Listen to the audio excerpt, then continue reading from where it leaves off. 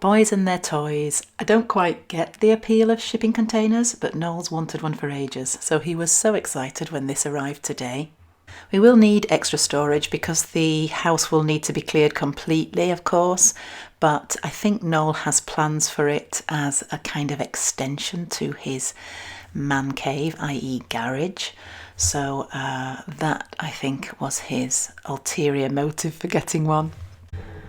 And he had his camera all set up ready to show the lifting of it from the road onto the field across the stream, and didn't realise that his phone didn't have enough storage and cut out just at the most interesting bit. He'll never be able to relive that part of his life again, the satisfaction of seeing it being placed strategically onto those well-positioned concrete blocks. He built some little steps and spent the rest of the day loading his new container. And then he realised that he couldn't lock it because it didn't have a lock attached, even though that's what he'd ordered. So he rang the shipping company and they apologised, offered him a partial refund or to send someone out to come and weld one on. So that's what he had to do because he needs to get it all secure before he leaves. So they sent a man out to weld a lock in place, and that gave us something interesting to look at and add to the vlog. All's well that ends well.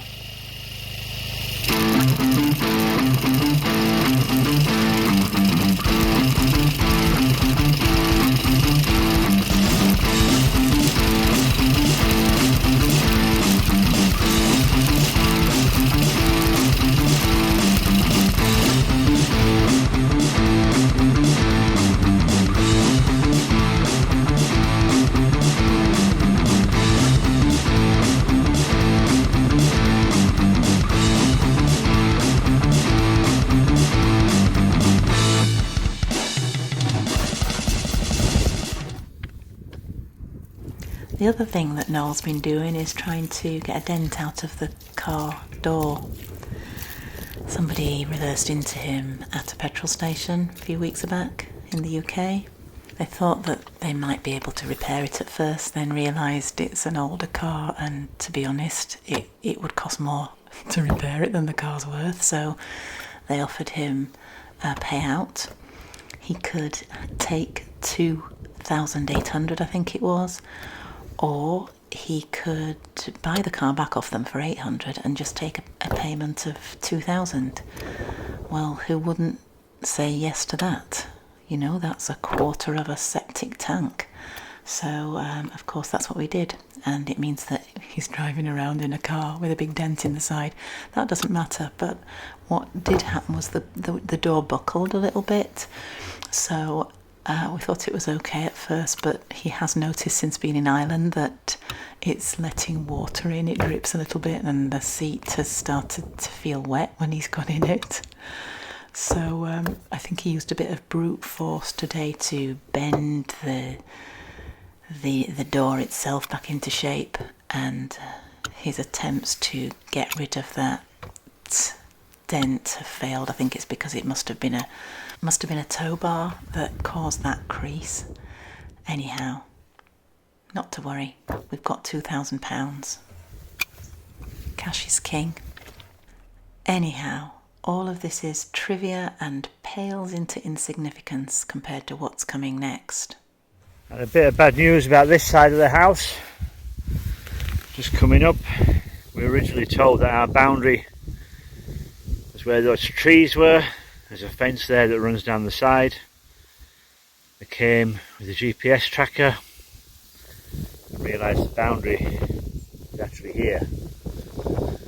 So it's a good 1, 2, 3, 4, 5, 6, nearly 7 metres less than we thought we had at the back of the house. Makes it a bit tight. I don't know if you can tell from where the from where they're staked out now,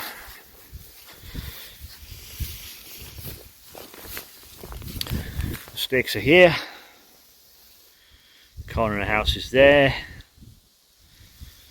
This banking is probably a good 5 feet higher than the house, so we're going to have to level it whatever, because these stumps need to come out,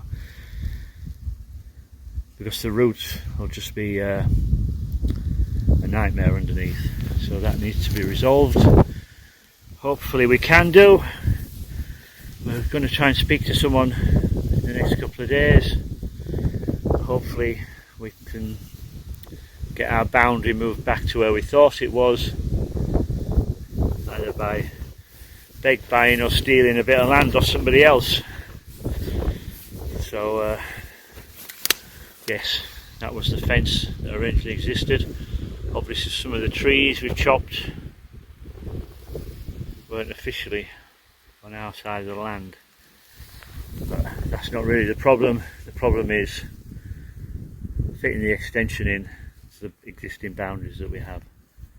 So hopefully resolve that and then move forward. Just waiting for a phone call really, so there'll be an update on that very soon.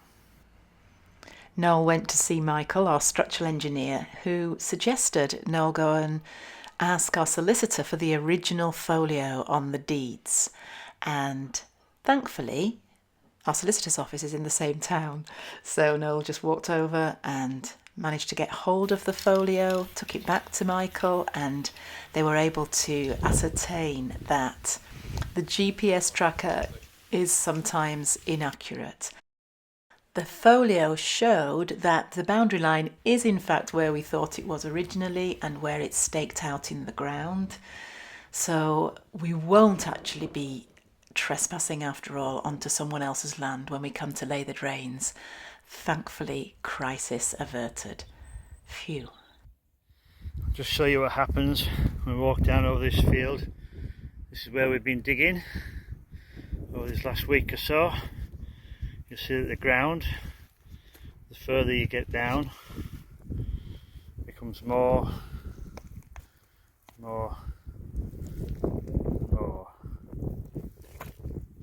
Better not go any further. Probably never. If I go any further, I'll probably never come out alive. I think I'll go back now, if I can, before I sink.